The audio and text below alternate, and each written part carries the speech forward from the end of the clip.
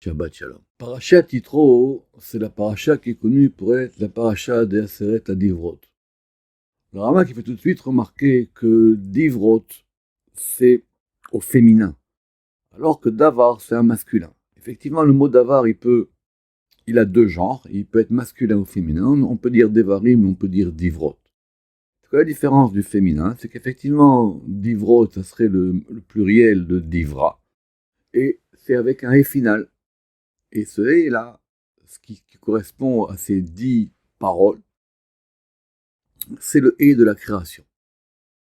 Pourquoi? Parce qu'effectivement, chacun sait que les 10 paroles qui sont dans cette paracha, elles vont être prises plus tard dans Devarim, dans Parashat Ve'etchanan.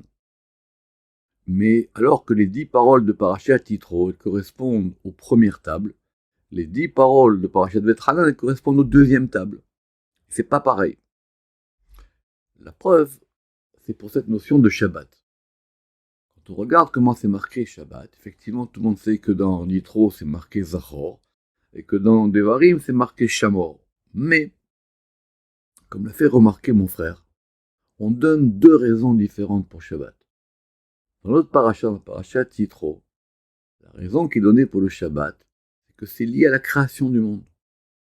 Le Shabbat, c'est la Zechira, c'est-à-dire le fait de mettre en avant, le fait d'actualiser la création du monde.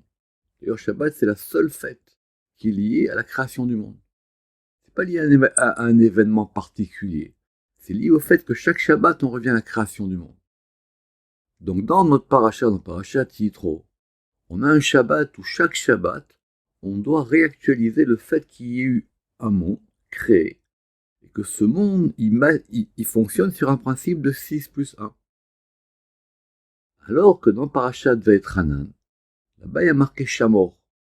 C'est quoi Shamor? Ça veut dire garder, préserver. Et là-bas, quelle est la raison donnée? La raison donnée là-bas, elle est que c'est par rapport au fait qu'on était esclave en Égypte et qu'on l'est plus. Donc il y a un Shabbat d'homme libre et il y a un Shabbat d'esclave. Il y a un Shabbat où simplement on sort de l'esclavage. Mais il y a un Shabbat où on redevient les fils de la création. Pour tout le monde, Shabbat Shalom.